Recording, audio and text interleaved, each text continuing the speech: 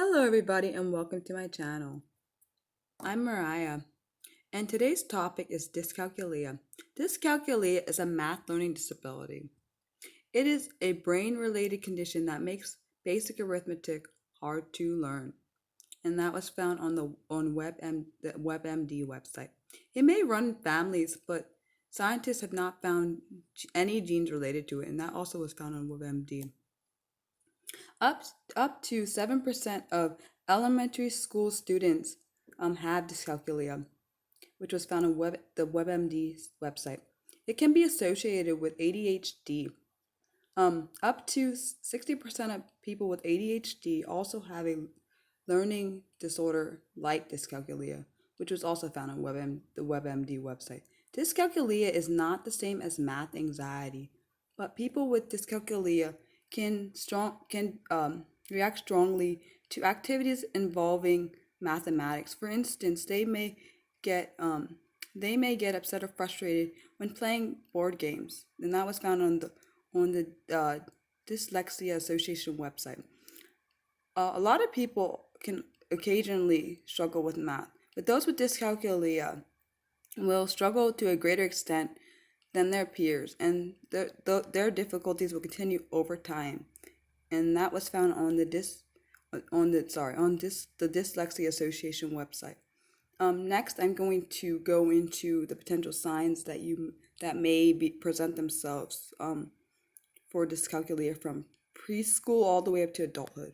And sorry if you hear clicking, but I'm using my laptop to get this information out to you guys as always, so I don't forget anything.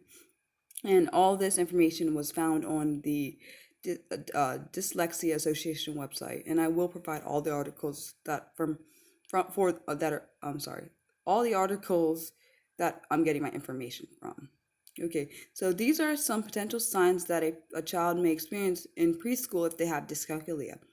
Having trouble learning to count, struggling to connect a number to an object, such as knowing three applies to the group of things like three cakes, three cars, or three friends, struggles to recognize patterns like smallest to largest or tallest to shortest. These are some potential signs that a child may experience in primary school if they have dyscalculia.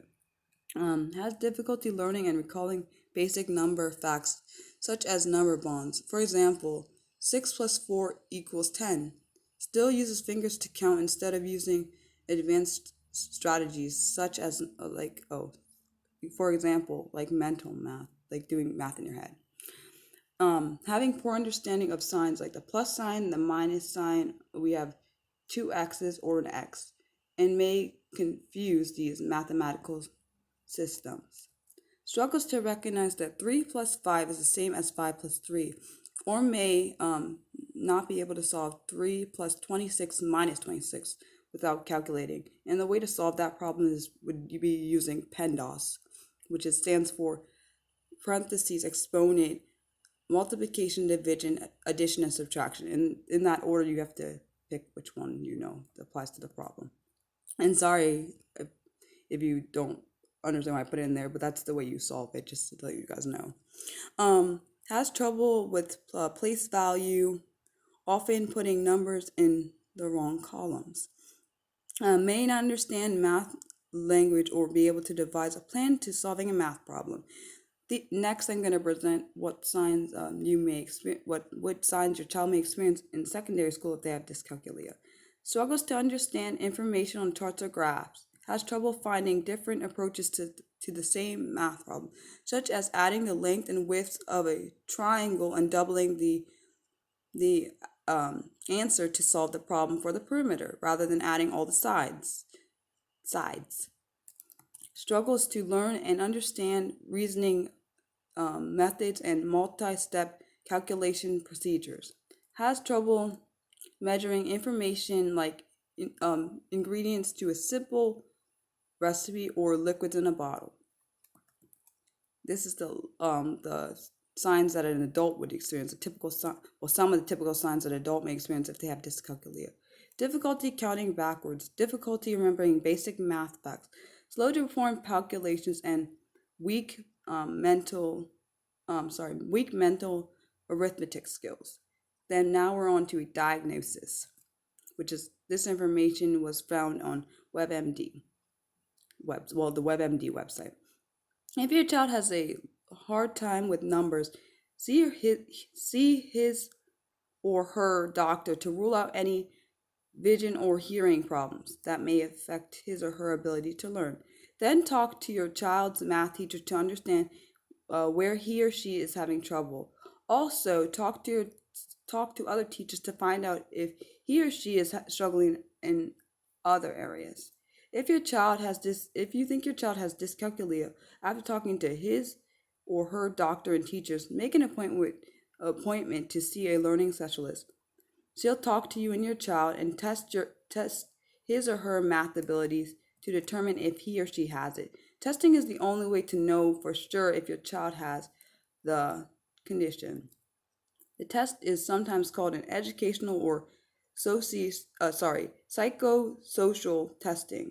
These tests look for four main things. The first thing they look for is computational skills, which is the ability to do math operations. Younger children may do addition or subtraction problems, while older children might get harder problems like multiplication, division, or fractions. The second thing they test for is math fluency, the ability to easily recall basic math facts like 5 times 3 is 15 or how to multiply fractions. The third thing they test for is mental computation, the ability to do math problems in your head. And then the last thing they test for is quantitative reasoning, the ability to understand and solve word problems. An expert can look at these tests and put together a report that can help you address your child's needs.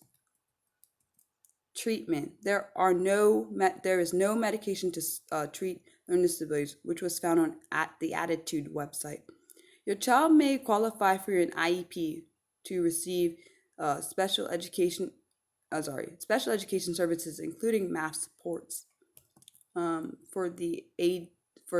which was found on the Attitude website. And it's a little side note: an IEP stands for an individualized education plan, for anyone who didn't know that.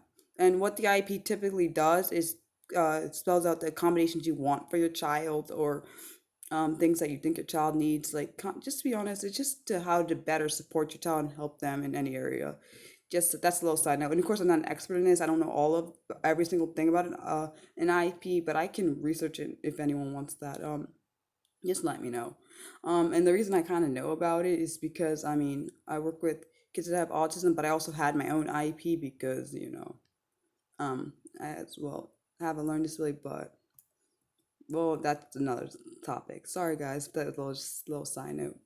Um, and then we have learning specialists and educational psychologists or neuropsychologists who specialize in dyscalculia recommend the following to help a child's understanding of math. We have specially designed teaching plans, math-based learning games, practicing math skills a lot more than other students, and that was found on the WebMD website. How can I help my child?